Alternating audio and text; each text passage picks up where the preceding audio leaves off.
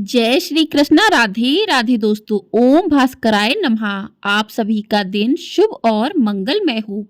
प्रिय भक्तों, आज की इस वीडियो में हम सुनेंगे खरमास में सुनी जाने वाली, सभी मनोकामना पूरी करने वाली, धन पुत्र यश और सम्मान देने वाली खरमास की संपूर्ण कल्याणकारी कथा।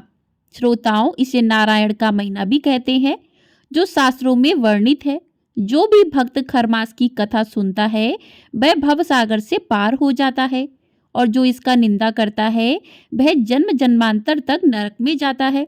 तो प्रिय श्रोतागण, सर्वप्रथम हम भगवान सूर्यदेव को नमस्कार करते हुए खरमास की महिमा कथा का श्रवण करते हैं। ओम आदित्याय नमः। क्योंकि खरमास के दिनों में भगवान सूर्य का पूजन बहुत ही विशेष माना जाता है। तो प्रिय श्रोताओं, मार्कंडेय पुराण के अनुसार सूर्यदेव 7 घोड़ों के रथ से इस सृष्टि की यात्रा करते हैं। परिक्रमा के दौरान सूर्य को एक क्षण के लिए भी रुकने का अधिकार नहीं है, लेकिन अनवरत यात्रा के कारण सूर्य के 7 घोड़े हेमंत ऋतु में थक कर तालाब के पास रुकते हैं ताकि वे पानी पी सके। तब सूर्यदेव को यह याद आता है कि वह रुक नहीं सकते, चाहे घोड़ा भले ही रुक जाए। सूर्यदेव अपनी यात्रा को जारी रखने के लिए तालाब के पास 2 गधों को रथ में जोड़ते हैं। गधे अपनी मंद गति से पूरे महीने में ब्रह्मांड की यात्रा करते हैं, जिससे सूर्य का तेज बहुत कमजोर हो जाता है और इस महीने की धूप भी कम दिखाई देती है। तो श्रोताओं, फिर मकर संक्रांति के दिन सूर्यदेव फिर से अपने 7 घोड़ों को रथ में लगाकर यात्रा आरंभ करते हैं, और उसी दिन से मांगलिक कार्यक्रमों की शुरुआत हो जाती है। यह महीना आध्यात्मिक रूप से स्वयं को उन्मत्त और संपन्न बनाने में मदद करता है। ऋषियों ने इसे खरमास इसलिए कहा है क्योंकि इस कालखंड में प्रकृति की ऊर्जा से इंद्रिय निग्रह में मदद मिलती है और चित्त सहज रूप से वैराग्य की ओर उन्मुख होता है। यह महीना धैर्य, अहिंसा और भक्ति के लिए उपयुक्त माना जाता है। इस महीने में तीर्थ यात्रा, कथा श्रवण, कीर्तन, भजन और जप का महत्व भी अत्यधिक होता है। जो भी भक्त इस महीने में पूजा पाठ, होम, जप, भजन, कीर्तन या श्रवण करते हैं उनका कल्याण ही होता है और भगवान नारायण और सूर्यदेव उनसे प्रसन्न होते हैं। हे नारायण, हे श्री कृष्ण जी, आप अपने भक्तों पर सदा कृपा बनाए रखें। ओम नमः शिवाय। प्रिय श्रोताओं, ये तो थी खरमास की कथा और उसकी महिमा। अब हम सुनेंगे भगवान नारायण और श्री कृष्ण की एक दिव्य और अद्भुत कथा। पौराणिक कथाओं के अनुसार एक राजा ने भगवान श्री कृष्ण का एक सुंदर मंदिर बनवाया और वहां एक पुजारी को नियुक्त किया। फिर समय बीतने के साथ राजा भी बूढ़ा हो गया, लेकिन उसकी एक परंपरा थी कि वह हर सुबह सैनिकों के हाथों भगवान को फूलों की माला भेजता था और पुजारी वह माला भगवान के गले में अर्पित करता था। फिर जब राजा भगवान के दर्शन के लिए आता था, पुजारी भगवान के गले से माला उतारकर राजा को प्रसाद के रूप में दे देता था। यह परंपरा बहुत समय से चली आ रही थी। फिर एक दिन राजा की तबीयत खराब हो गई, जिससे राजा ने सिपाही को माला भेजने और यह कहने को कहा कि वह आज मंदिर नहीं आएगा। तो श्रोताओं, फिर सिपाही माला लेकर पुजारी के पास गया और राजा का संदेश दिया। पुजारी ने भगवान को माला अर्पित की और सोचा कि इतने वर्षों में भगवान का हार केवल राजा ने पहना है, लेकिन आज मुझे यह माला पहनने का अवसर मिल रहा है। यह निश्चित रूप से भगवान की इच्छा होगी, इसलिए उसने माला अपने गले में डाल ली। श्रोताओं, फिर जैसे ही सिपाही ने जाकर राजा का संदेश दिया कि वह आज मंदिर नहीं आ रहे, पुजारी ने हार भगवान को अर्पित कर दिया। फिर अगले दिन राजा ने मंदिर में आकर देखा कि माला पर सफेद बाल पड़े थे। राजा ने पुजारी से पूछा कि ये सफेद बाल कहाँ से आए। पुजारी डर गया और कहा कि यह भगवान के बाल हैं।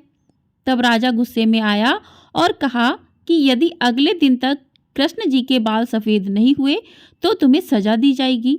फिर पुजारी ने भगवान से प्रार्थना की और पूरी रात भगवान से अपनी रक्षा की विनती करता रहा। श्रोताओं, फिर सुबह राजा मंदिर आया और पंडित से कहा कि वह भगवान के बाल देखना चाहते हैं। तब पुजारी ने घबराते हुए भगवान का मुकुट उतार दिया और जैसे ही राजा ने मूर्ति के बाल उखाड़े खून बहने लगा। यह देखकर राजा भगवान के चरणों में गिर पड़ा और क्षमा मांगने लगा। राजा ने कहा, भगवान मुझे क्षमा करें, मैंने बहुत बड़ी गलती की। मैंने सही और गलत का भेद नहीं किया और संदेह के अंधेपन में आ गया। तो श्रोताओं, तभी मूर्ति से आवाज आई, राजन आप मुझे केवल मूर्ति ही समझते हैं, इसलिए आज तक मैं केवल आपके लिए मूर्ति ही हूँ। लेकिन इस पुजारी को मुझ में भगवान दिखा तो मुझे उसकी जान बचाने के लिए अपने बाल सफ़ेद करने पड़े। उसके बाद राजा को अपनी गलती का पछतावा हुआ, लेकिन अब कुछ नहीं किया जा सकता। इसलिए कहा जाता है कि पत्थर में भी भगवान होते हैं। यदि आप ऐसा नहीं मानते तो भले ही भगवान आपके सामने प्रकट हो जाए, आप उनमें उनकी सच्चाई के बारे में पूछेंगे। यदि आप वास्तव में ईश्वर को देखना चाहते हैं तो आपको केवल महसूस करना है। परमेश्वर पर बिना शर्त विश्वास रखे और बिना किसी रुकावट के अपना कार्य करते हुए उनकी भजन भक्ति करनी चाहिए। सर्वशक्तिमान आपको निश्चित रूप से अपना फल देंगे। खरमास का महीना नारायण का महीना है। इसमें जितना अधिक भगवान विष्णु श्री कृष्ण जी को याद करेंगे उतना ही आपका उद्धार होगा। उनका नाम लेने मात्र से ही पाप कट जाते हैं। तो एक बार प्रेम से बोलिए, हरे कृष्णा, ओम नमः शिवाय, ओम नमो भगवते वासुदेवाय नमः। तो प्रिय श्रोताओं, अब हम सुनेंगे तन और मन को शुद्ध करने वाली बांके बिहारी जी की निष्काम भक्ति की कथा। श्रोताओं, पौराणिक कथा के अनुसार एक भक्त था जो रोज बिहारी जी के मंदिर जाता था, लेकिन मंदिर में भगवान श्री कृष्ण की जगह उसे केवल एक ज्योति दिखाई देती थी। मंदिर में बाकी सभी भक्त कहते, वाह, आज बिहारी जी का श्रृंगार कितना अच्छा है, श्री कृष्ण जी का मुकुट ऐसा, उनकी पोशाक ऐसी, वे कितने सुंदर हैं। लेकिन वह भक्त सोचता, अरे श्री कृष्ण जी सबको दर्शन देते हैं, पर मुझे क्यों केवल एक ज्योति दिखाई देती है। हर दिन ऐसा होता है। फिर एक दिन उस भक्त ने भगवान श्री कृष्ण जी के सामने हाथ जोड़कर कहा, ऐसी क्या बात है कि आप सबको दर्शन देते हैं पर मुझे दिखाई नहीं देते।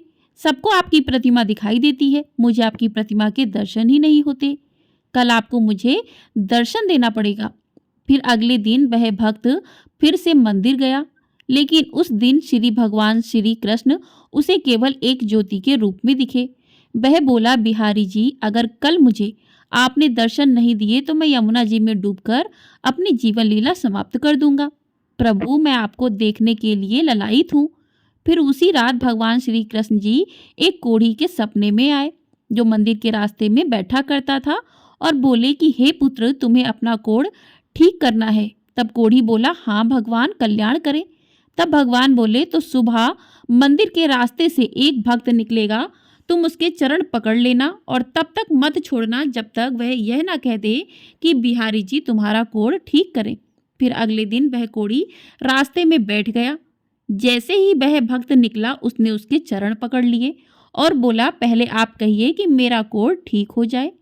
श्रोताओं, तब वह भक्त बोला, मेरे कहने से क्या होगा, आप मेरे पैर छोड़िए। फिर कोढ़ी बोला कि जब तक आप नहीं कहेंगे बिहारी जी तुम्हारा कोढ़ ठीक करें, तब तक मैं आपके चरण नहीं छोड़ूंगा। फिर वह भक्त चिंतित था कि बिहारी जी दर्शन क्यों नहीं दे रहे और ऊपर से यह कोढ़ी भी परेशान कर रहा है। तो उसने झुलझुलाते हुए बोला, जाओ बिहारी जी तुम्हारा कोढ़ ठीक करें। और फिर वह मंदिर चला गया। फिर मंदिर जाकर उसने देखा कि बिहारी जी के दर्शन हो रहे हैं। वह मंत्र मुग्ध होकर बिहारी जी के मुखड़े को देखने लगा और श्री कृष्ण जी से उसने पूछा, अब तक आप मुझे दर्शन क्यों नहीं दे रहे थे? हे भगवान, कृपया करके बताइए। तब भगवान श्री कृष्ण ने अंतरात्मा में कहा, तुम मेरे निष्काम भक्त हो, आज तक तुमने मुझसे कभी कुछ नहीं मांगा, इसलिए मैं क्या मुंह लेकर तुम्हें दर्शन देता। यहाँ सभी भक्त कुछ न कुछ मांगते रहते हैं, इसलिए मैं उनसे नजर मिला सकता हूँ। लेकिन आज तुमने रास्ते में उस कोढ़ी से कहा कि बिहारी जी तुम्हारा कोढ़ ठीक कर दें, तो मैं तुम्हें दर्शन देने आया। इस कथा का तात्पर्य यह है कि भगवान की निष्काम भक्ति ही करनी चाहिए। भगवान की भक्ति करके यदि संसार के भोग सुख ही मांगे तो वह भक्ति नहीं, वह तो सौदेबाजी है। तो एक बार प्रेम से बोलिए, बांके बिहारी लाल की जय। तो प्रिय श्रोताओं, अब हम सुनेंगे खरमास माह में सुनाई जाने वाली एक दुर्लभ और कल्याणकारी गौरैया की शिव भक्ति और चिड़िया वाली बूढ़ी माँ की कथा। बहुत समय पहले की बात है। एक नगर में एक बड़ा शिव मंदिर था, जिसके पास एक पुराना पीपल का पेड़ था, जिसमें उस पेड़ पर एक गौरैया पक्षी का जोड़ा रहता था। वह दोनों पक्षी प्रतिदिन मंदिर की आरती सुनते और शिव जी की भक्ति में लीन हो जाते थे। श्रोताओं, उनकी भक्ति इतनी गहरी थी कि वे अपना भोजन पानी भूलकर शिव जी की आराधना में लगे रहते थे। जब भी मंदिर की घंटी बजती और आरती होती तो वे दोनों पक्षी वहां पहुंच जाते और भगवान शिव की पूजा करते। फिर पूजा के बाद वे अपने भोजन और पानी की तलाश में निकल जाते। उसी मंदिर के पास एक बूढ़ी माँ का घर था जो वह अकेली रहती थी। उनकी कोई संतान नहीं थी और ना ही कोई रिश्तेदार था। वह अपना जीवन अकेले ही व्यतीत कर रही थी, लेकिन हर दिन वह छत पर पक्षियों के लिए दाना और पानी डालती थी। वह दोनों पक्षी रोज उनकी छत पर आते, दाना चुगते और पानी पीते। फिर वह अपने बच्चों के लिए भी दाना ले जाते थे। इस तरह उस बूढ़ी माँ ने उन पक्षियों की मदद की और उनका जीवन आराम से चलता था। फिर एक दिन वह बूढ़ी माँ बीमार हो जाती है और बिस्तर पर पड़ जाती है, जिससे अब उनकी सेवा करने वाला कोई नहीं था। वह छत पर दाना और पानी भी नहीं रख पा रही थी और अपनी बीमारी के कारण वह चल भी नहीं पा रही थी और बिस्तर पर पड़ी रहती थी। कोई भी उन्हें पानी या दवा देने नहीं आता था। फिर इसी बीच वह दोनों पक्षी जब अपनी रोज की तरह छत पर आते तो पाते हैं कि वहां दाना और पानी नहीं रखा। उन्हें लगता है कि बूढ़ी माँ कहीं चली गई है। फिर कुछ दिन बीतते हैं और बूढ़ी माँ की हालत और खराब होती जाती है। एक दिन जब पक्षी छत पर आते तो वे बूढ़ी माँ का पता नहीं पाते। दोनों पक्षी पूरे नगर में उन्हें ढूंढने निकल पड़ते हैं, लेकिन कहीं भी उनकी कोई खबर नहीं मिलती। तब चिड़िया अपने पति से कहती है कि हमने उन्हें हर जगह ढूंढ लिया, लेकिन हम उन्हें उनके घर में नहीं देख पाए। शायद हमें एक बार उनके घर में भी देखना चाहिए। तब दोनों पक्षी बूढ़ी माँ के घर में जाते हैं और वहां देखते हैं कि बूढ़ी माँ बिस्तर पर पड़ी है, उनका शरीर स्थिर है। वे दोनों पक्षी उन्हें जगाने की कोशिश करते हैं, लेकिन वह नहीं उठती। यह देखकर दोनों पक्षियों को समझ में आ जाता है कि बूढ़ी माँ की तो मृत्यु हो गई है, जिससे वे बहुत दुखी होते हैं और बुरी तरह से परेशान हो जाते हैं। अब पक्षियों को कुछ भी समझ नहीं आता और वे भगवान शिव के मंदिर में जाते हैं और वहां कठोर तपस्या करने लगते हैं। बहुत समय तक बिना कुछ खाए पिए वे भगवान शिव की भक्ति में रत रहते हैं। फिर 1 महीने बाद भगवान शिव उनके तप से प्रसन्न होकर उनके पास आकर पूछते हैं कि तुम दोनों क्या चाहते हो? जो भी तुम मांगोगे मैं तुम्हें दूंगा। तब गौरैया पक्षी भगवान शिव से कहते हैं, हे प्रभु, हमें कुछ नहीं चाहिए, बस हमें हमारी बूढ़ी माँ को फिर से जीवित कर दीजिए। तब भगवान शिव मुस्कुराकर कहते हैं कि यह तो सृष्टि का नियम है, जो मर जाता है वह फिर से कैसे जीवित हो सकता है?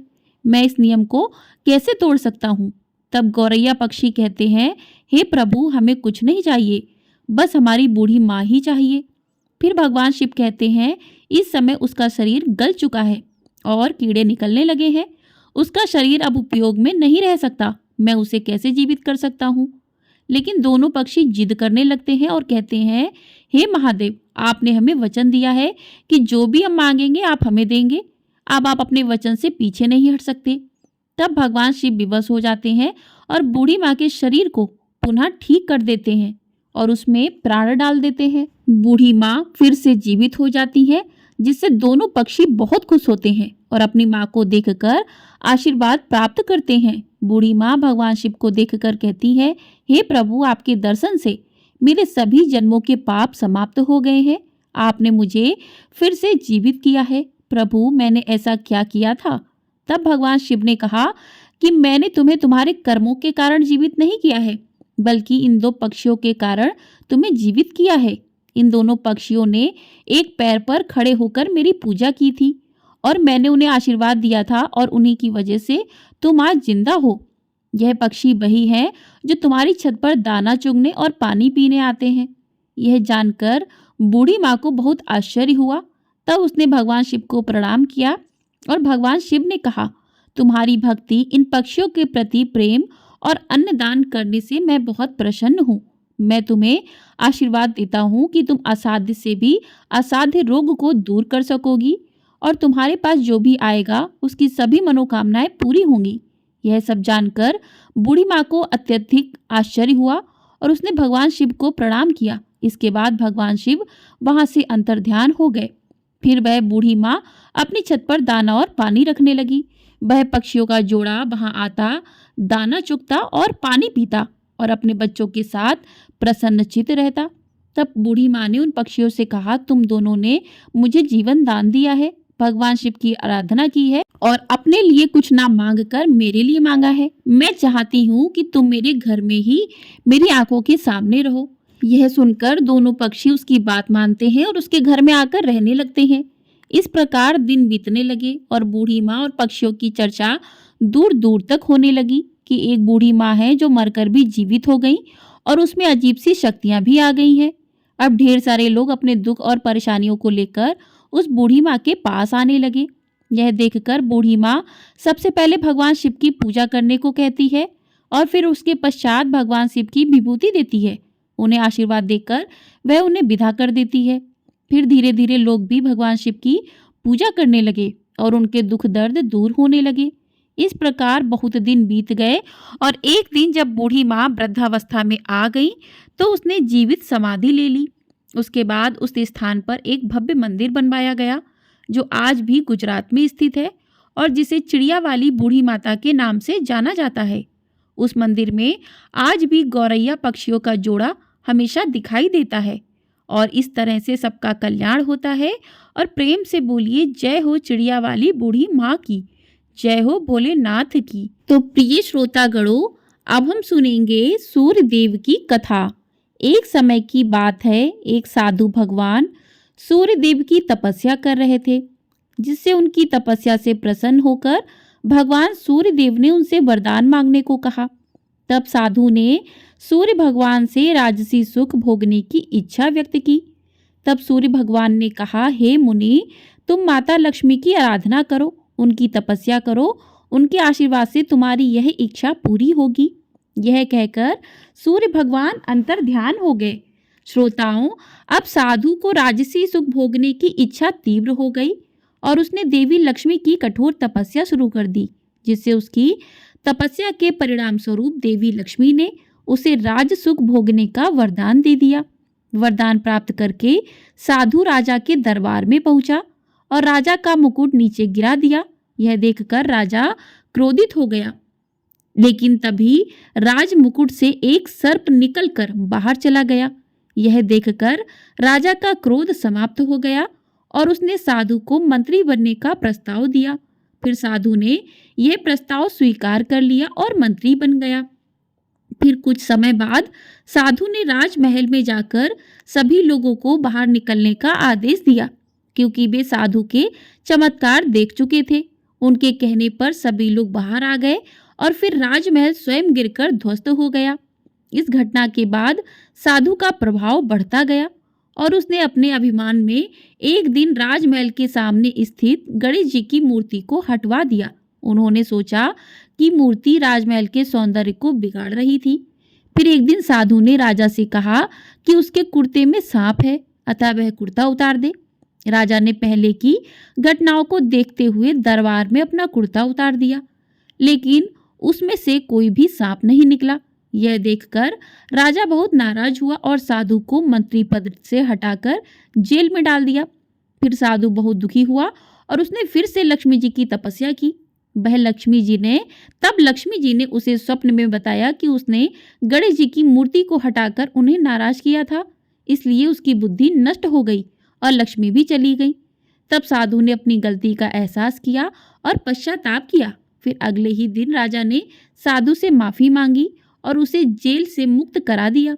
साधु ने फिर से गणेश जी की मूर्ति स्थापित की और लक्ष्मी जी की भी मूर्ति लगाई। उसने यह संदेश दिया कि सुखपूर्वक रहने के लिए ज्ञान और बुद्धि दोनों जरूरी हैं, इसलिए लक्ष्मी और गणेश दोनों का पूजन एक साथ करना चाहिए। तभी से लक्ष्मी जी के साथ गणेश पूजन की परंपरा आरंभ हो गई। प्रेम से बोलिए, जय श्री हरि विष्णु की जय। बोली माता लक्ष्मी की जय। बोली भगवान गणेश की जय। तो इस प्रकार से खरमास में सुनी जाने वाली कहानियां पूर्ण हुई। आपको ये वीडियो पसंद आई हो तो वीडियो को लाइक अवश्य कर दीजिएगा। चैनल पर नए हैं तो चैनल को सब्सक्राइब कर लीजिएगा। आपको हमारे चैनल पर पौष मास महात्म्य के सभी अध्याय प्रतिदिन सुनाए जा रहे हैं। यदि आपने उन अध्यायों को नहीं सुना है तो आप उन अध्यायों को सुन सकते हैं और आप आगे के अध्याय को सुनना चाहते हैं तो चैनल को सब्सक्राइब ज़रूर कर लें और घंटा दबा दें, जिससे आपको आने वाली सभी वीडियो समय से प्राप्त हो सकेंगी और आप उन वीडियो को सुन सकेंगे। ये वीडियो पसंद आई हो कमेंट में जय श्री कृष्णा राधे राधे अवश्य लिखें।